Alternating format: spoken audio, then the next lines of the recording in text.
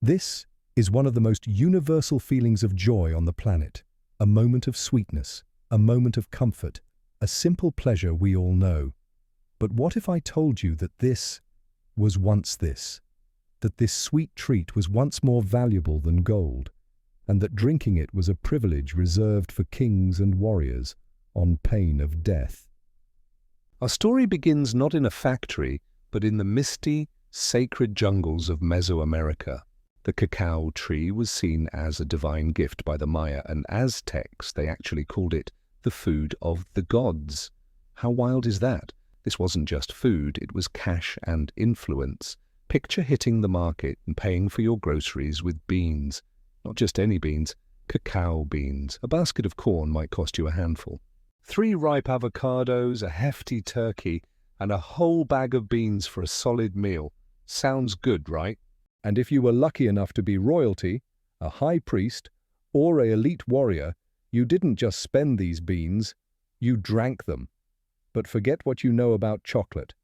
This was xocolātl, a bitter, spicy and invigorating drink, made from ground cacao mixed with water, chili peppers, vanilla, and sometimes even maize. It was thick, fatty, and had a fiery kick. It was believed to impart strength, wisdom, and virility. Montezuma, the Aztec emperor, reportedly downed tons of this drink before heading to his harem. Talk about a power boost. For the average person, even just getting a taste was totally off limits. Chocolate was once sacred, bitter, and worth its weight in gold. But this world was about to be shattered in ways no one could imagine. Spanish conquistadors, led by Hernán Cortés, hit the Aztec Empire in the 16th century and were blown away by all the gold and jewels. And they saw the emperor drinking this mysterious brown liquid from a golden chalice. They had to know what it was. At first, they hated it. One Spanish writer called it a bitter drink for pigs, but they saw its value. They saw how the Aztecs revered it, so they stole it. They loaded their galleons with these strange beans and set sail for Europe. And for nearly a century, they kept it a secret. A state secret.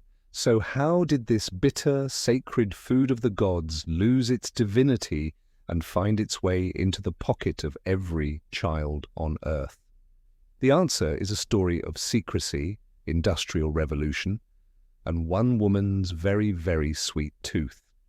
Back in Spain, monks in monasteries, tasked with processing the beans, made a crucial discovery.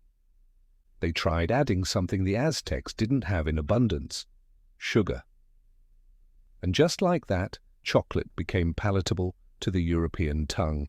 Heated, sweetened, and still frothed to perfection, it became the addictive, secret vice of the Spanish court. But secrets don't stay secret for long. Through royal marriages, it leaked out to France, and then it conquered Europe. By the 1650s, London was buzzing with chocolate houses. These were the trendy, exclusive social networks of their day, the 17th century version of a coffee shop and a private club combined. To get in, you needed money and status. Chocolate was the fuel of the Enlightenment. But it was still a luxury for the elite. It was thick, gritty, and expensive. The transformation from elite luxury to mass-market treat required a revolution.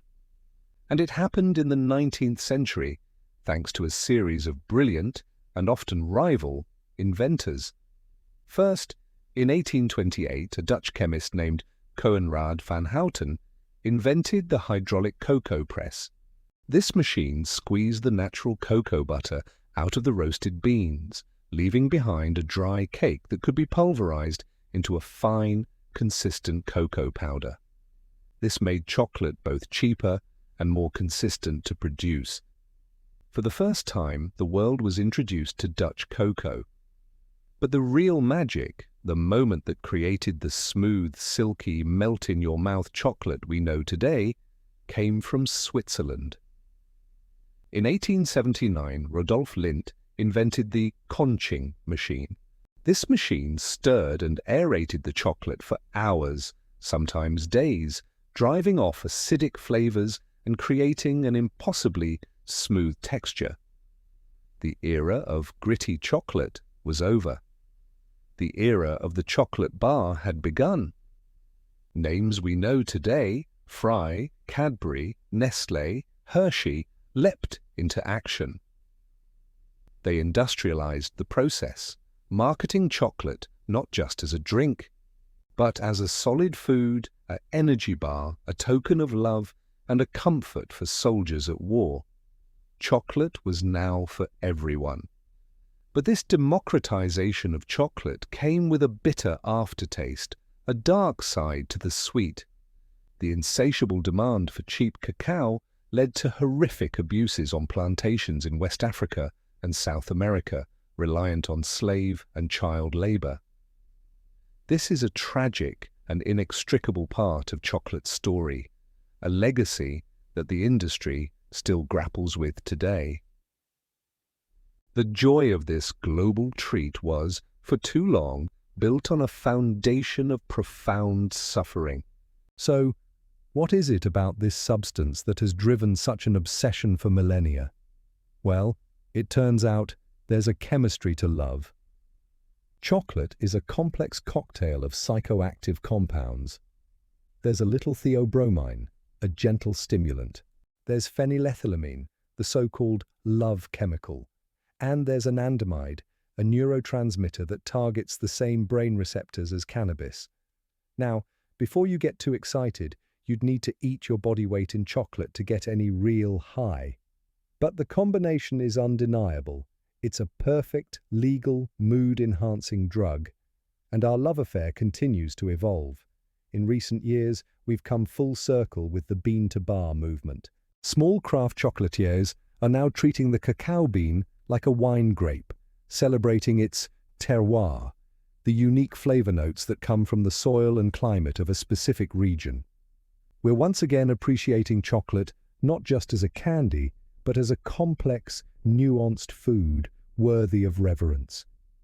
The sacred bean has, in a way, become sacred once more.